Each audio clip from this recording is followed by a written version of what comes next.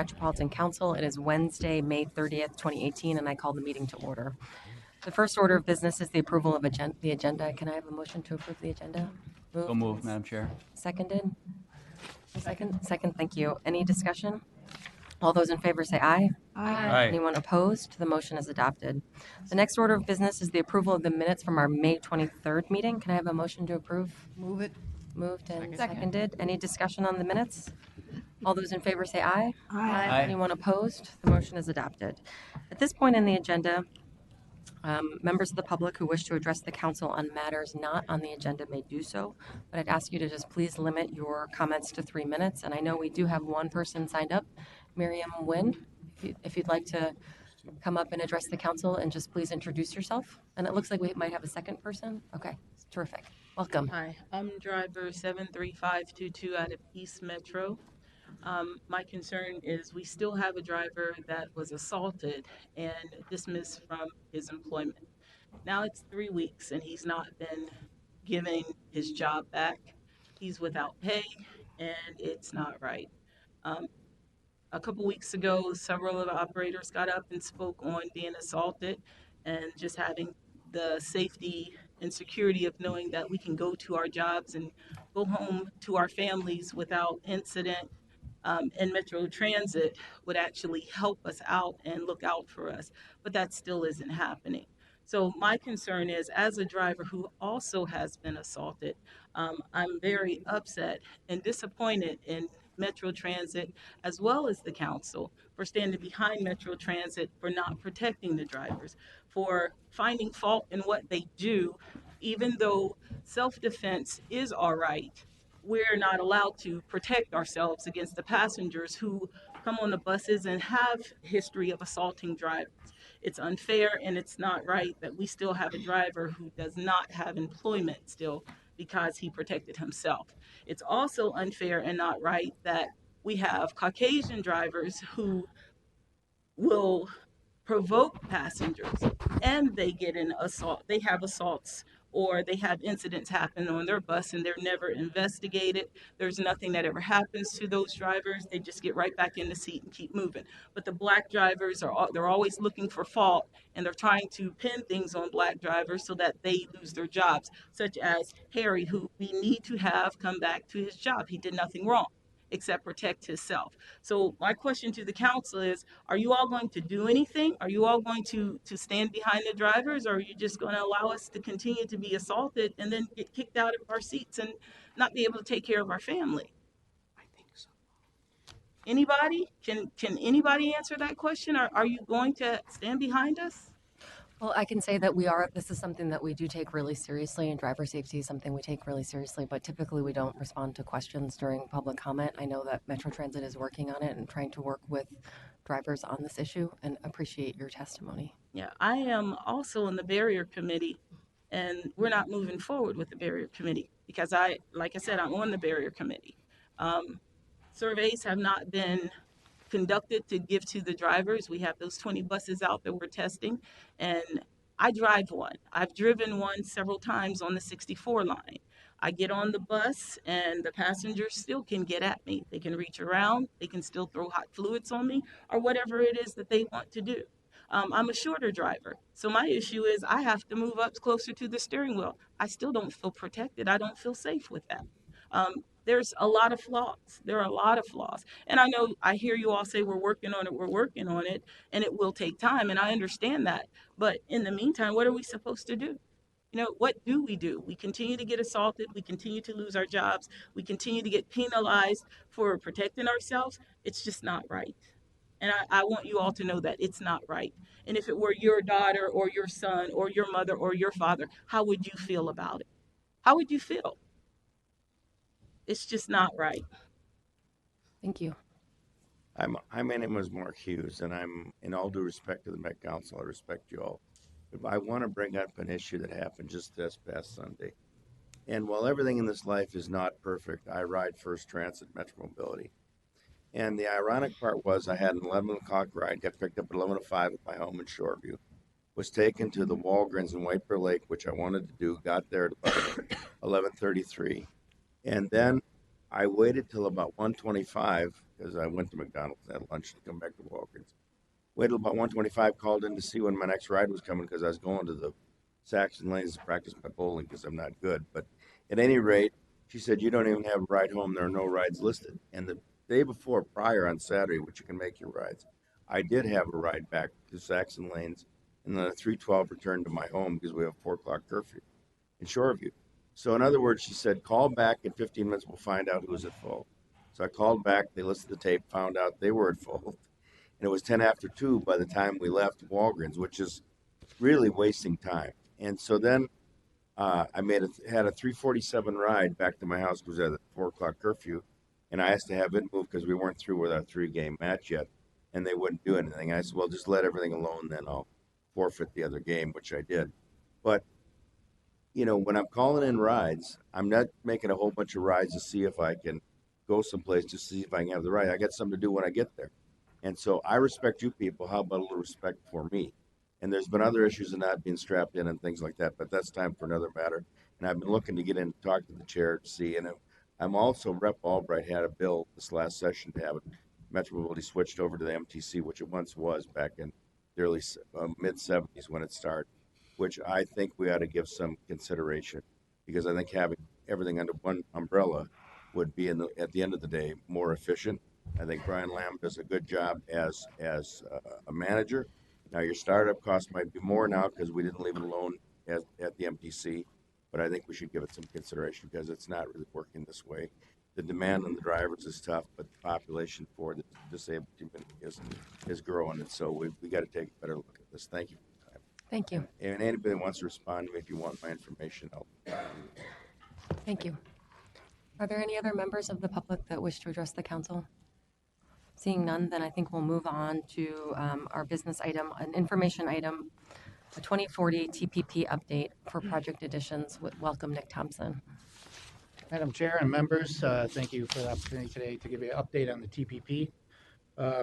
Wanted to come before you tonight to talk about project additions that will be moving forward in the draft TPP.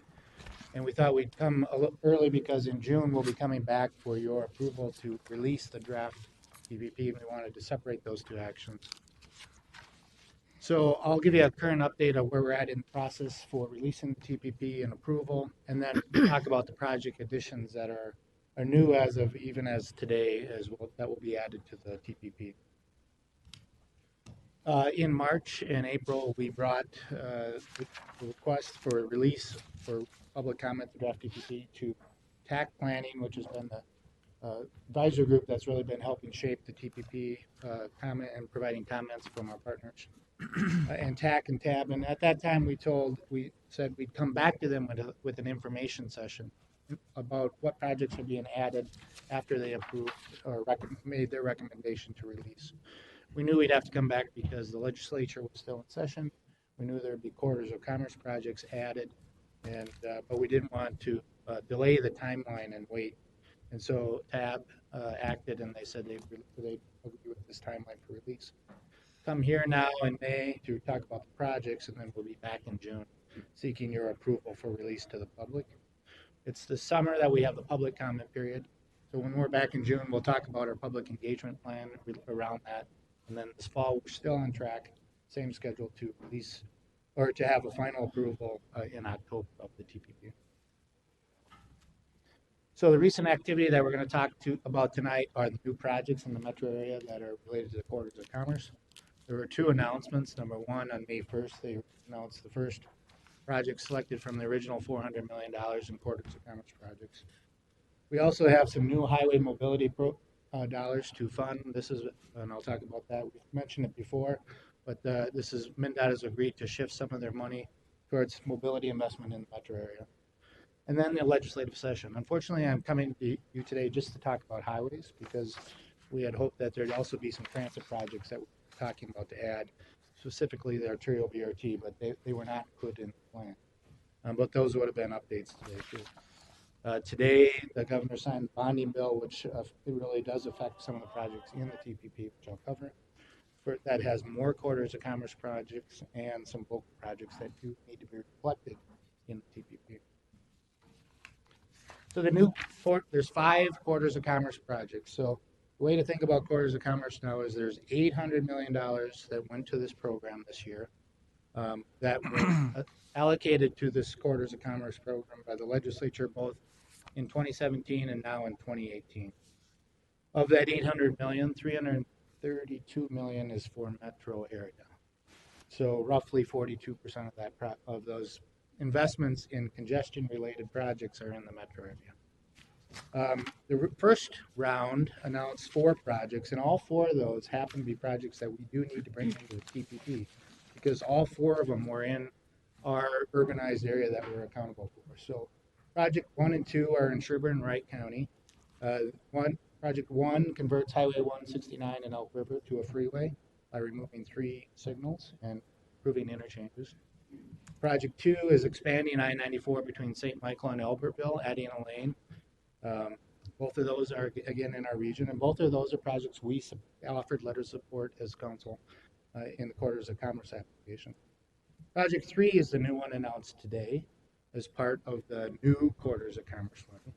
We actually submitted this project along with Hennepin County to the program. This does a couple things. It converts Highway 252 to a freeway, and then it adds a Mnpass lane on Highway 252 and I-94 where they connect approaching down to Minneapolis. This has been a high priority in our regional studies, and also has been a high priority in a corridor study that's been led by Hennepin County that we've participated in.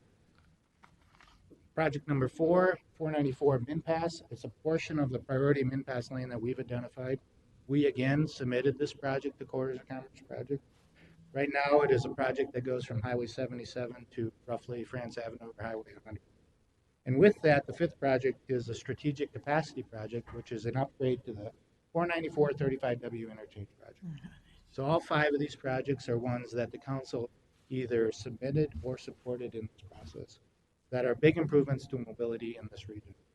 Project 5 and 4 really do go together. I think you would need to build Project 5 in order to accommodate 494. And also, MnDOT has been very working with us to make sure that it doesn't interfere with the orange line, because that's the same area that the orange line crosses over under 494. And so they've staged the timing of that to not interfere with the development of the orange line. So a reminder in the TPP of our investment philosophy in highway investment philosophy for mobility improvements. Really kind of a tiered approach. Start with, are there traffic management technologies that can improve or address a mobility problem?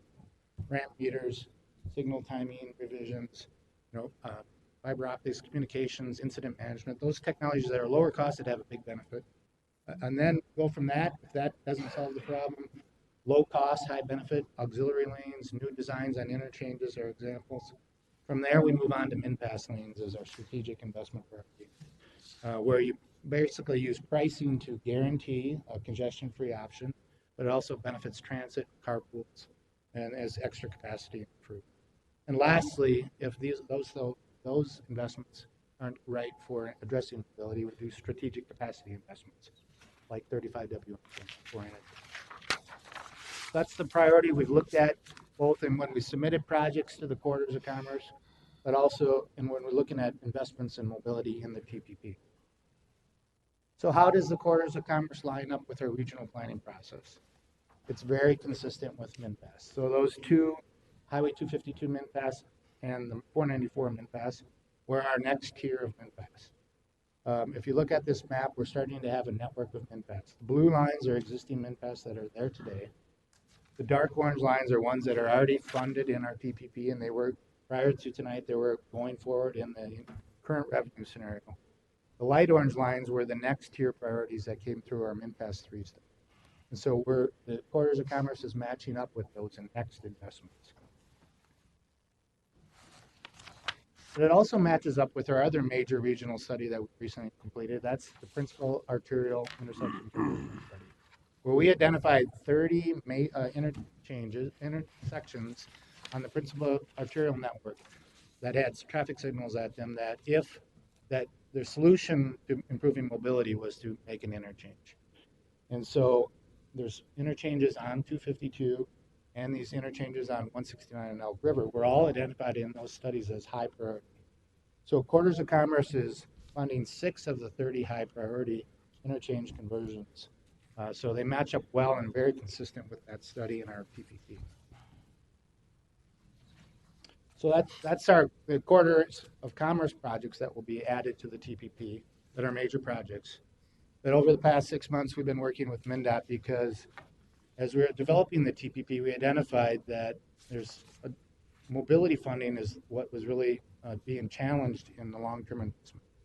Traditionally, there's been a historic pattern of about 42 to 43% of all state highway funding is allocated to the metro area. But as we mapped out where investments were going over the next 15, 20 years, we're starting to see a decline as the money needed to go first to preservation. And so that meant that money was starting to be reallocated to greater Minnesota, where there's more miles of pavement, more bridges, more needs for preservation. So we saw a decline that in the last 10 years of the plan, we're going to be about 30% of the state funding was going to go to the metro area. And what was being sacrificed is investment in mobility in our region because preservation was a higher priority. So working with MnDOT, they identified this as an issue too because mobility is a major issue, not just for the Met Council, but for our region and for MnDOT. They were able to identify a shift in funding of roughly $150 million that was going to be added to the TPP and added to the 2024 to 2026 timeframe. And through that process, we had to identify projects that would be allocated to.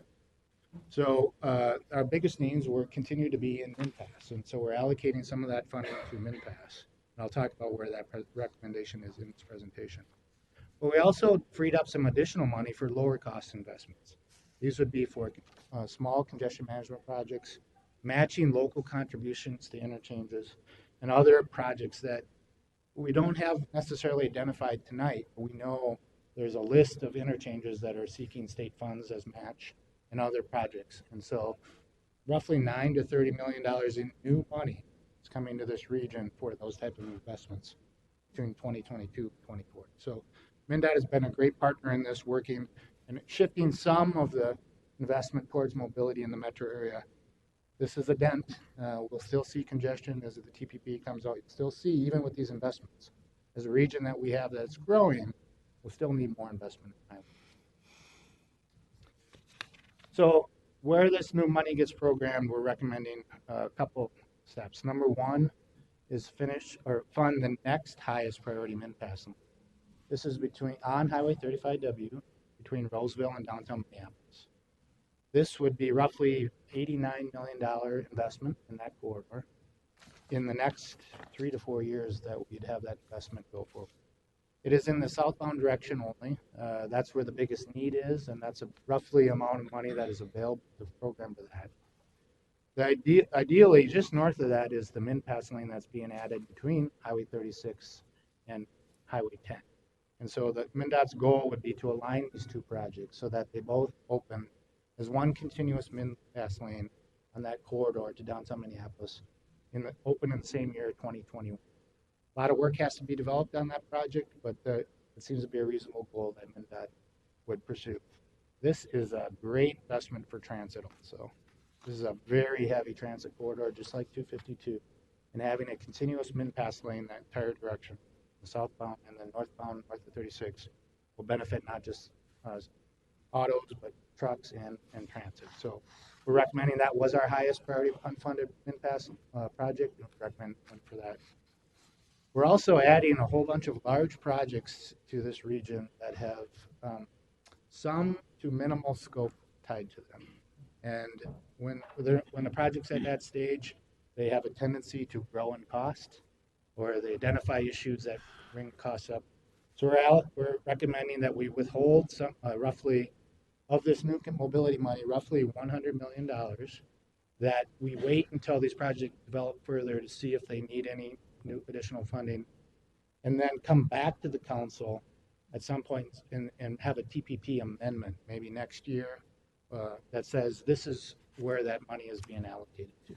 I think it's a prudent, conservative step to say we're not sure where these projects are, and the money that's unprogrammed or unallocated is really available in 2020, mid-2020s, and so we have time to do the right project or make sure these other projects are developed the way they should. So that's how we would recommend reflecting it in the TPP, that there's some unallocated mobility money that's dedicated to the metro area, but not to this project. What you see on this map also, if you have looked really closely, is the current revenue map of TPP. This is all the highway investment in the region from mobility. You see lots of dots where there's mobility or intersection improvements or safety improvements. The blue lines are the pavement improvements where there'll be a preservation investment in the next 20 years. And a lot of the highway network is going to undergo investment. A lot of it's still for preservation.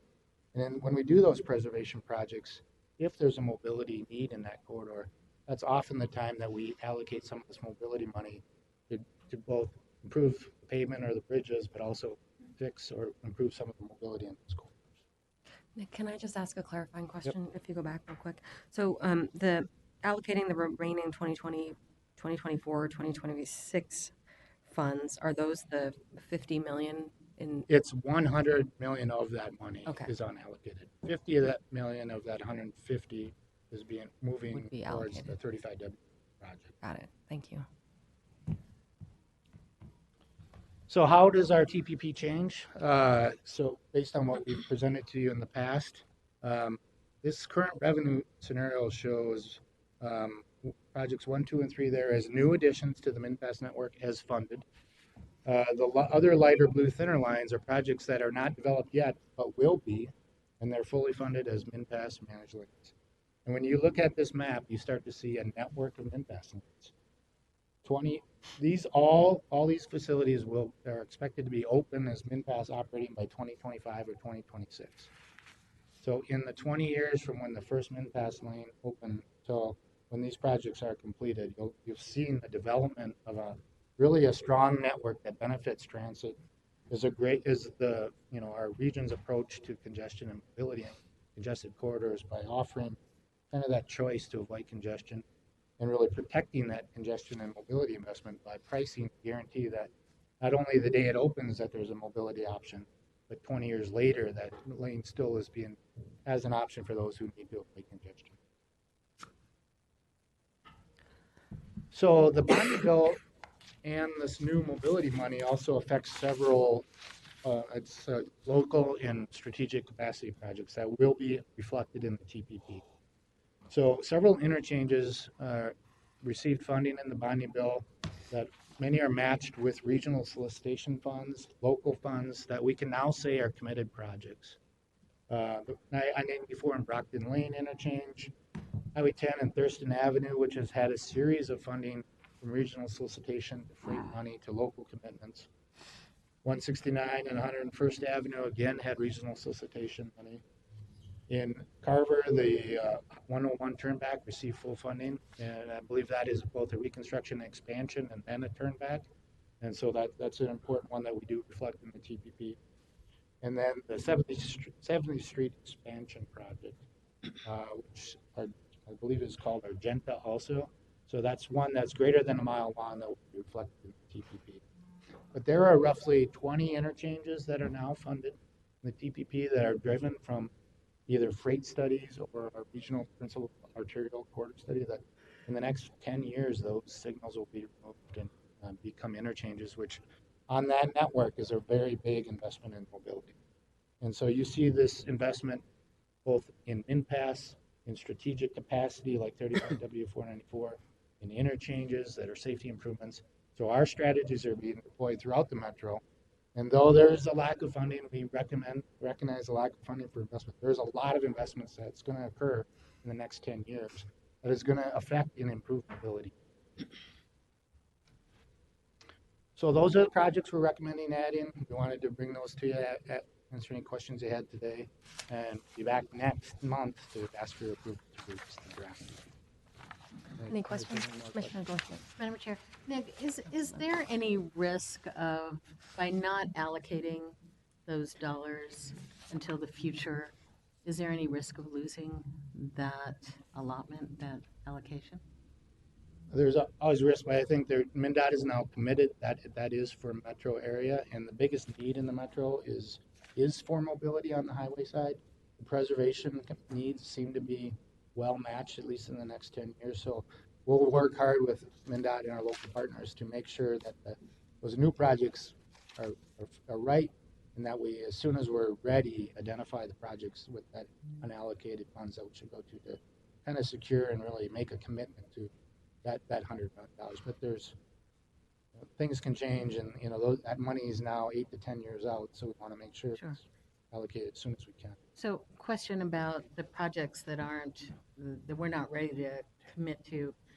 Do we at least have a list of projects that are likely candidates? They're just not far enough along to say this is the exact project and what we think the cost. Right. will Of be. the Is that projects that were announced here today, those are ones that were, ready? our Right. money has been allocated to them, but those are the ones we got to make sure that that's enough money, I think. Okay. But then we have multiple studies that we have already prioritized. We have the Mnpass corridors prioritized. We have the interchanges prioritized, high, medium, low. We have low cost improvements prioritized. And so I would say, yes, I think we've got good prioritized lists that spend that money many times over. It'll be the hard choice will be which type of investment within our categories that's best allocated to. Okay. And sometimes it's about what other construction is going on, making sure that we don't have too many projects in the same area under construction at the same time, matching up with a preservation project. So there's decisions like that. And then really working with MnDOT to say, is that money flexible enough to move ahead a year, back a year, those kind of things that really I think we needed more time before we could allocate that. Thank you. Great. Any other questions or comments on this member month? Madam Chair, Nick, I'm thrilled that bonding was secured for the Trunk Highway 101 in Carver and Chanhassen. That was a steep road, curvy, where cars were always in the ditch, even school buses, and they'll be able to straighten it out, make it safer. It was urgent need, and I think the council's advocacy on that made a big difference. I agree. Great. Any other questions or comments? Thank you. Thank you. Next up, we have joint report of the Transportation and Management Committee for a couple of items on Southwest LRT. Councilmember Rodriguez. Thank you, Madam Chair. Jim Alexander is here to make a presentation, and then I will take the motions one by one. Great. Thank you. Welcome, Jim Alexander. Hi, Madam Chair, council members, thank you. I've got a PowerPoint slide to cover 3 items, and we'll maybe cover the first, then pause for that, and cover the next 2. So here tonight to talk about a revised project budget and schedule. So I'll walk through how we've gotten to where we are today, essentially pivoting off of 2016 values that we had. We'll also be talking about a 3rd amendment to HICRA Cooperative Funding Agreement and a 4th amendment to the CTIB Capital Grant Agreement. So kind of take you back in time, back to 2016, as we started getting our application together to the FTA to apply for entry engineering. We had developed a project budget based on 90% design plans at that time. So that's a civil package, a civil systems package, and an operation maintenance facility package. And that number was 18.58. And we submitted that to the feds in August timeframe, and we got the approval to get to Indian engineering in December. And coupled with that, we had programmed a revenue service of 2021. And as you all know, we got that approval, and that essentially locked in the amount that the FTA would contribute toward the project once we get the full funding grant agreement. And that value is just south of $929 million. This is the spread of the different funding sources for that 1.858. I'll have an update for the new proposed budget here coming up. So as we took a look at this, we really were identifying project cost drivers roaming around schedule, construction, right-of-way, and project management. I have slides to cover each one of those. So schedule delays, our freight rail negotiation has always been a challenge, as you all were well aware of on this project. I can say to you today that we feel pretty comfortable where we are with the BNSF agreements. We've essentially gotten FTA to agree to language, and we have agreement with BNSF in general terms of all the business terms that we presented and got approval from you all some time ago. And we're looking to hopefully wrap up those agreements here fairly soon. And we're able to do that now that we have the environmental assessment done, and we were before you earlier this month in terms of wrapping that up. That's that extension of the corridor protection that we had and other elements that we added to the project since the record decision back in back in 2016. And so those two pieces have caused a time delay, that coupled with the civil rebidding. As you all recall, we had bids coming in on round one of civil in the August timeframe, and the council, you all voted to reject those based on price and responsibility. We went back out on the street to collect bids, and we did get some new bids in May, and I'll talk about that in a subsequent slide here. But as we look at the cost drivers from a construction perspective, we see that the commodity increases, particularly when it comes to fuel and raw steel and concrete's not listed here as well. But those three factors are really driving increases in cost as we look from August of last year to getting the bids on round two in early May. And you can see the delta is 17% on the diesel fuel and 40% on the raw steel, quite a climb there. And I don't have the number for concrete, but concrete was another a commodity that was on the rise. Interesting to note is the unemployment rate stayed relatively constant, which is really tight in this arena in the metro area. And we have done some things to counter this, and I'll have a slide to talk about that from as we went from bid round one to round two. But the other piece is that coupled with that BNSF work, we had some border protection wall that needed to be added to the project and tail track for the North Star layover of the trains. We had to extend that out from BNSF's line of work. And so those pieces are now in the budget, and the tune of additional about $30 million to add to that. So these are the primary components of cost drivers, and I'll talk about in a moment kind of things that we've done to counter that. On the right-of-way perspective, as we move out from our schedule, we're always dealing with escalation. We do carry on this project, we carry a 3% escalation as we look at over time on this project, the cost of money. For property values, there's an increase there as well. We've had to do a number of reappraisals as we've had to update those appraisals, and we essentially have appraisals done for just about all of our 153 parcels we need. And we've also seen an increase in business relocations. When we really got our arms around the relocation, we thought it was around 100 initially. It's over 170 now, so it's quite an increase in that relocate. So that's a fairly significant factor as we look at cost drivers. And project management, as we go from 2021 to 2023, we'll still need to have consultant services for those additional 2 years. And our project staff, such as myself, Mark Furman, need to hopefully pay us for that. And we would look to take that to 2023, and also the office lease. And you may wonder why we're going from 2021 to 2023 when we just had essentially about a 9-month gap between civil biddings. And it really has to do with how the construction schedule lays out. In the old schedule in 2016, we were going through 4 winters, and under the current schedule, we'll be going through 5 winter seasons. And so that's a factor that we need to account for as we're looking at the construction. We also, as we looked at, well, I'll get into that in a moment, maybe you can hold on a moment here. I'll talk about Eaton Prairie Town Center. This is another element that has been put into the project. Now, this is essentially outside of our costs that the county has to experience, and FTA as well. But as FTA has looked at this, they have said that if you're going to include this into the project, it needs to be included in the overall budget. You may be aware that the City of Eaton Prairie has a Cmac grant that's been out there for a few months. They passed a resolution earlier this month to essentially pick up the local 20% share of that.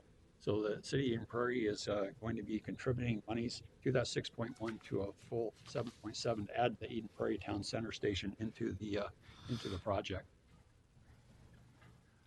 So steps taken in terms of the cost increases. We worked pretty extensively with a lot of folks, namely our operations folks, because it does affect that, and I'll talk about that in a moment. Also, Hennepin County staff, we worked with them very closely because we essentially had to bring that budget number with all the increases we were seeing with those commodities.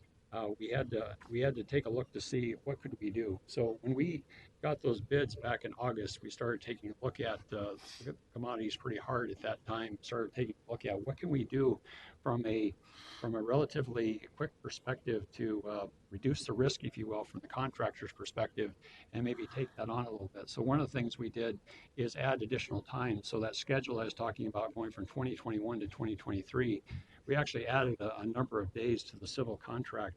I think it's about 180 days to the civil contract. So the contract has more time to do the work. We also worked with the cities of Hopkins and St. Louis Park and Three Rivers Park District to close off the part of the Cedar Lake Trail for the contractor to be able to work in that area.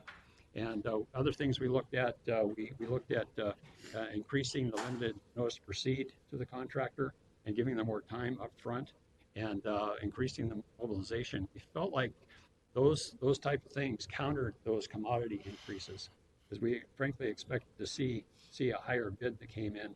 Now, if you recall, back in August, the low bids were around 800 million. Well, in round two, they're around 800 million too. So that just, without just putting too much science into it, we feel like that the things we did helped to mitigate, helped to offset some of the commodity and escalation costs that we saw. The other piece that we're looking at is to propose to lower the contingency. We're carrying about a 20% contingency back in 2016. We're looking to propose to lower that to 14%. This has been in conjunction with Hennepin County staff. We've been in consultation with them. This will have to be reviewed by FTA. So we're going to go through a risk assessment, kind of a refresh with them in June. And the FTA will ultimately decide what that number is going to be. But we're proposing going in about 14% with this. The major piece in terms of scope that we looked at is the operation maintenance facility in Hopkins. And it became apparent that we really needed to find some places to cut some costs. And cutting scope on this project is always a challenge. We wanted to stay away from any municipal consent, any more heavy environmental adjustments. And so we looked towards the operations function of the project and started talking really in depth with our operations folks. And what this is going to look like is that we're going to essentially reallocate the maintenance functions that were programmed out at Hopkins and reprogram those into the Franklin facility that's off the Blue Line. And also some of the work would be involved in Lower Town, just near us in downtown St. Paul. And we're still working on those plans. We're trying to get an understanding of what that's all going to look like. So there's some more work to be done. But in terms of the Hopkins site, we still look to use that site there. And what we're looking to do is have a rail support facility. Y'all may be aware that we do have a rail support facility on the Blue Line just south of the Franklin facility. And that's a facility to allow maintenance workers to work out of. They'll be working on gates, signals, anything that's out on the line. And that was a function that was in the overall OMF that we had at Hopkins previously. It'll stay at this site. The other pieces, we still have stormwater to address and parking, and we think there's some parking opportunities on the site. So we'll be working very closely with the city of Hopkins on the parking issue and the stormwater, but also working with operations on the rail support facility and this pocket track as well. Since we don't have an OMF per se at the Hopkins site, we still need to have a place out west to store a disabled train. And so we're intending to build a 2-3-car consist of a pocket track that will be running alongside the main line. So that gets us to the overall project budget of $2.003 billion. It's about an 8% increase, and it will require additional funding from our local funders, the Hennepin County and the Hennepin County Regional Rail Authority, to the tune of $204 million, and also the project schedule here. Now, here's kind of a breakdown of what that all looks like in terms of the construction. These are the pieces I did talk about already. And we essentially looking at construction being about $1.1 billion in right-of-way. See, the right-of-way has dropped from 252 to 219. And the reason being is that we've, if you recall, a couple of years ago, we added in-kind land value from the county and also from the cities. And so as we were working on the budget, we maybe back up a minute. The reason why we did that back in the day is when we were 50% shared with the FTA, there was a benefit to having that into the project. It was essentially a value on the local side, but it was cash contributed by FTA because that 50% share. So now that we're a 46 and 54 distribution between the FDA and local contribution, we don't necessarily need that. So there's about $66 million of value that's taken off of the budget. And this results in this right-of-way being reduced, but also we had those increases of the relocation and the escalation over time for the parcels. The LRVs at the time in 2016, when this was set up, we didn't have a contract yet with Siemens, and so we do now. This is the contract value, and you see the project management going up as well. As I mentioned, those three factors for an overall 2.003. So here's the distribution of that layout with the CTIB. You recall, CTIB, there's still funds available through that, but the county essentially taking that on, and we will look to have ultimately have a county grant, funding grant to cover the CTIB amount as we progress into this year, later into the summer here. And the Hennepin County amount just under 600 million, ICRA just under 200 million, and Eden Prairie Town Center 7.7, and the Hennepin County cities, that's a separate item, separated out because there's a special particular funding going into some trail work that we have in the project along the Cedar Lake Trail in Hopkins and St. Louis Park, and of course the stage is there as well. So here's the distribution as I indicated. I indicated the FTA amount will stay fixed as we enter engineering. Remains at 928.8. The CTIP amount dropped a little bit, just funding distribution, the way the county is working things out for these pieces. Hennepin County, as I said, just under 600 million, and Hickory just under 200 million. And the town center, so these aren't really apples necessarily, but in-kind land. Again, this is the county and the cities amounting to 69 million, and the Eden Prairie Town Center is now in. We still have about 2.7 million in for in-kind value from the cities, and that's contributing to that 26.4 in addition to the trails. And then finally the 30.3. Now you may wonder, we have been coming to you over the course of this project with this budget keep on going up and up, and at this juncture, we see that we're over 80% known of contract values, and that goes from engineering, it goes for light rail vehicles, it goes to the civic bid, it goes to the sorry, I lost my train of thought. Just all the contracts we have in place that we're over 80%, and so we feel like we have a good amount in hand. That's not to say that we have unknowns, because we haven't gotten construction yet. We'll certainly be facing unknowns as we start digging in the dirt and understanding a little bit better what we're facing on that front. But we feel like we're in a pretty good spot in terms of understanding that factor. The other piece is we've really just been taking a very hard look along with the county to understand what are all the costs on right-of-way. Certainly, it's a big expenditure. We're getting up in 200 million. We have appraisals now just on all of the 153 parcels. There's a couple still just remaining, and we have title possession of over just about half of those. And so we have price understood much better since we've evolved from 2016. So I'm not going to stand here and tell you we know everything yet, but we feel like we do have more of a comfort level as far as what our exposures are. Okay, this is backing up here. So in terms of the contingency amount, again, back in 2016, we're around 20% for a total of 309 million, and we're proposing to again drop that down to 14%. Again, that'll be assessed by FTA as we talk with them over the summertime here. So there is a possibility that we could be back to revisit this number and the overall budget if FDA does say that this needs to go up to a higher number. We do know that other projects, I think we talked to the Joint Transportation Management Committee that Mark had mentioned that projects could range in 15-16%. It really depends on how FDA looks at the outstanding risks on the project.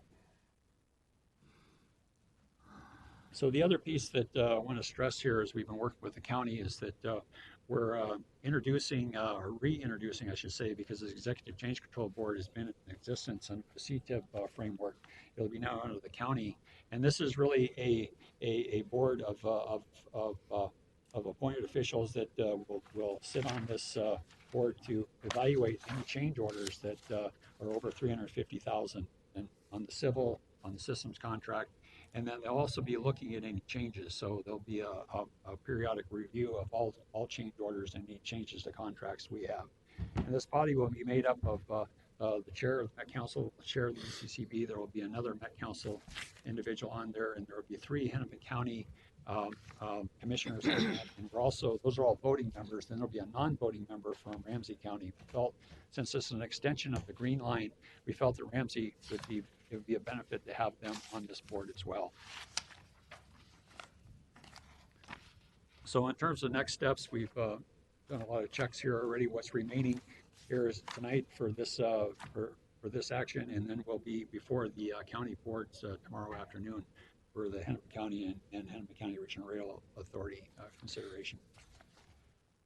So in terms of where we're heading over the next few months, we are working with FTA and Hennepin County on a letter of no prejudice request, and what that is, it would allow us to spend money and have that be reimbursable once we get the full funding grant agreement. So we do need to have that approval from FTA, and we need to get that before we award the contract. We're presently looking to hopefully award the contract on August 1, the civil contract, and that would lead us into a limited notice to proceed on the civil construction in September, and lead us into construction.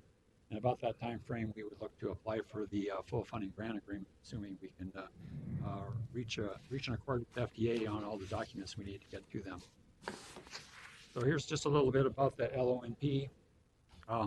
We do have 187 million identified for the civil construction. This has been worked out with our apparent low bidder, London McCrossan, and it sets the stage to start mobilization and pre-construction inspections. There's utility related work and freight rail work and a lot of bridge work. So you have a preliminary layout of where at least the highlighted activities are going to be, and centered around some of the 29 bridges we have on the project. So all the way out to Southwest Station. We are working with the low bidder to get some more information, and as we get that, we've committed to our project partners to start feeding that out so folks can understand what's going to be happening sooner rather than later on in their areas for construction. So here's the layout of the overall schedule. Again, we're looking at revenue service 2023 and all those pieces that lead up to that. And so, Madam Chair, the recommendation for this item 2018-127 is that the Metropolitan Council approve the updated Southwest LRT cost estimate of $2.003 billion as the project budget, and acknowledge the revised project schedule that anticipates a revenue service year of 2023. So with that, Madam Chair, I'll be happy to take any questions. Great, thank you. Any questions? Member Dorfman? Madam Chair, thank you. So just a couple. So can you, when Town Center was removed from the project or was planned for later, then that cost of that station came out of the project budget for a time. So why, even though it's being funded differently than the other stations, why does that become part of, officially part of the program budget? Sure, Madam Chair, Councilmember Dorfman. Yes, so I just acknowledge, rather than shake my head up and down for the record, that station was pulled out of the project back in 2015 when we had that cost escalation we had to look to reduce. And so subsequent to that, the city applied for the Cmac Grant, and they received that. And then we've been working with them kind of behind the scenes to get that developed, and they actually hired our engineer to design the station. So that's all been done. So we have the plans all set. And so as FTA looks at this, they've said that if you're going to include it in the project, it needs to be part of the budget. And that's kind of their direction that they've given us. And so thus we need to incorporate it if it wants to be included. And it's either included now or included sometime down the road, because if we're going to wait for even a couple of years, it's really going to impact the construction sequencing of things. So now's the time to really put it in, and as we get rolling. Then does FTA at some point reimburse for some of those station costs too, like they do the other aspects of the project? Madam Chair, Councilmember Dorfman, it wouldn't really be a reimbursement per se, because the FTA really hasn't put any money into the project yet. But as we look at that distribution of the, that funding tower here, FTA will still be responsible for that 928.8. That 7.7 for the station is really outside of that. Got it. Okay. And then one other question. So the notion of staffing and contractual costs through 2023, in a massive project like this, is there sort of an ebb and flow of adding people on and then taking people off as portions of the work get done?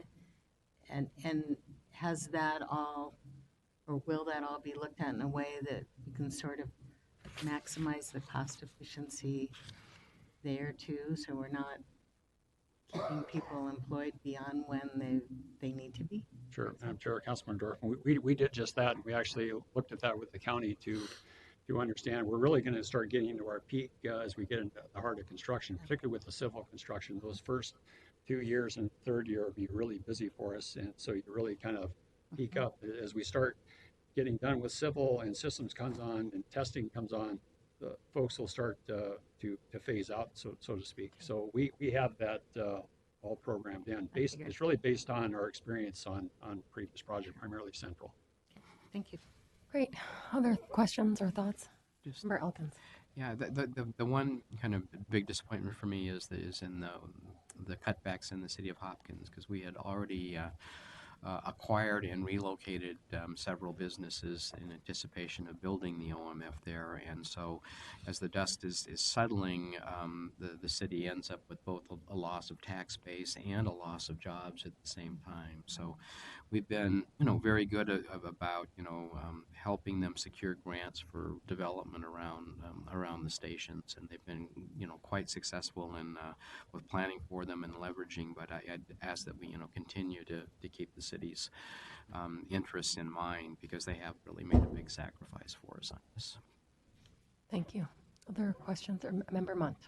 Madam Chair, I'd like to compliment you and our staff and Katie for the difficult job of having to pare down the costs once again. I'm convinced that the savings we achieve don't sacrifice the benefit of this line to the region and to our riders. So approving this budget is approving a budget for a rail line that is going to be enormously successful. Thank you. Other comments? Well, I would also just echo that I think staff worked really hard, I think in conjunction with both Hennepin County and the cities along the line to try to identify, even going back into August when we as a council rejected the bids for both responsiveness and price, and also trying to build in some of those cost savings into the new civil bid documents that were out on the street for a while. And I think there's been a lot of thought that has gone into what some of those cost reductions are, and knowing that in 2015 when we reduced costs, there was more stations, things like that, and this was something that was actually impacting operations. So this is kind of a new type of cost reduction that was really difficult, I think. But I think staff worked really hard to try to come up with the budget to where we are today. And I know that you had already mentioned that tomorrow HECRA and Hennepin County will be considering their funding commitment for the new budget amount, recognizing that we'll need that overall commitment to demonstrate to the FTA the local funding share for the higher budget amount of 2.003. But I think overall, you're right, Member Munt, in terms of the scope reductions that were taken. Really, ultimately, we were really very concerned about making sure that we maintain the integrity and the benefits of the project, and that they weren't cuts that impacted the integrity of the project overall, but also safety as a core mission of Metro Transit and the council. So thank you for all of your hard work on that. Can I just ask one question, Chair?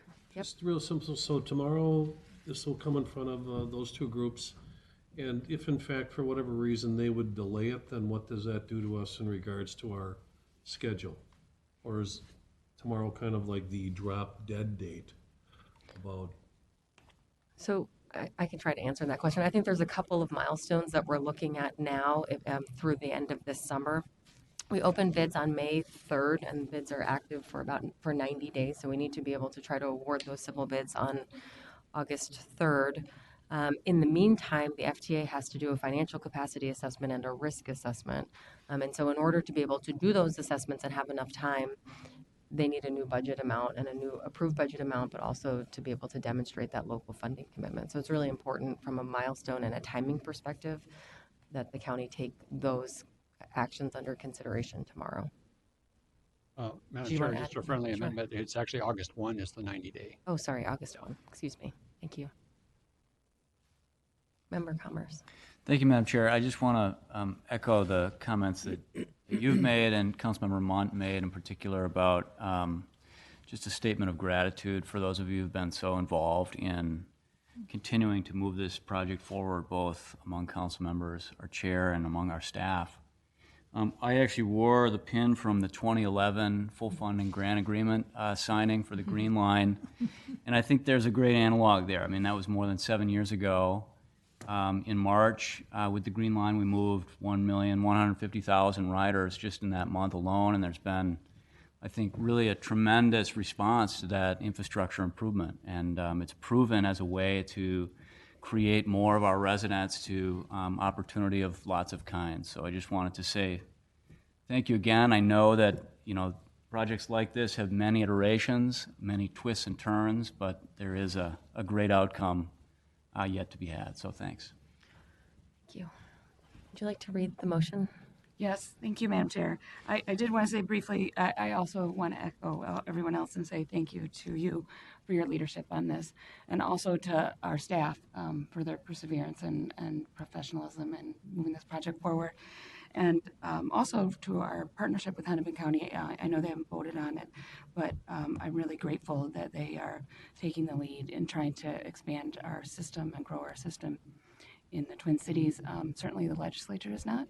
There was $0 in the bonding bill for transit, even though, as you saw from the TPP presentation, there was funding for highways. So with that, I move that the Metropolitan Council take the following actions related to Southwest Light Rail Transit Project: approve the updated cost estimate of $2.003 billion as the project budget, and acknowledge the revised project schedule that anticipates a revenue service year of 2023.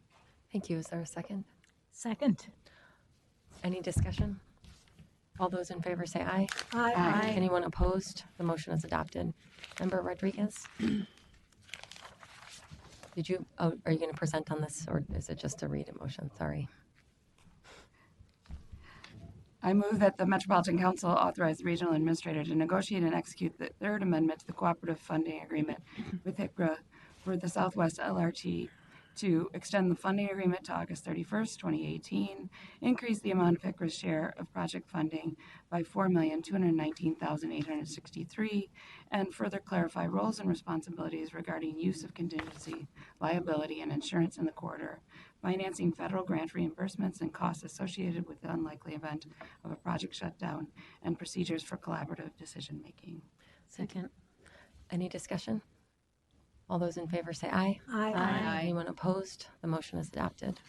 Member Rodriguez? I move that the Metropolitan Council authorize the regional administrator to negotiate and execute the Fourth Amendment to the 2017 CTIP Capital Grant Agreement for the Southwest Light Rail Transit Green Line Extension to extend the 2017 CTIP grant from May 31st, 2018 to August 31st, 2018, increase the spending authority by $4,431,337, and further clarify roles and responsibilities regarding the use of contingency, liability, and insurance in the corridor, financing federal grant reimbursements and costs associated with the unlikely event of a project shutdown, and procedures for collaborative decision-making. Thank you. Is there a second? Second. Any discussion? All those in favor say aye. Aye. Anyone opposed? The motion is adopted. Great. So that takes us to the end of our reports from the standing committees. Are there any reports from council members? Seeing none, I know Member Munt. Madam Chair, Councilmember Melander and I attended the Labor and Housing Summit today. Marie, were you there too? It was a really good discussion about how the labor movement can help advance the affordable housing agenda. There was discussion about the housing investment trust that the AFL-CIO has and how that money can be invested to produce more affordable housing in the region. We also talked about how tenant organizing and worker organizing can work hand in hand to ensure housing for all. Excellent. Thank you. Member Rodriguez? Thank you, Madam Chair. Over the past couple weeks, I've attended the Executive Committee for the Center for Transportation Studies and then the Regional Council of Mayors, and they were discussing shared mobility. And then tomorrow is our first meeting of the Shared Mobility Collaborative for the Twin Cities, and it's at 10:30 at McKnight.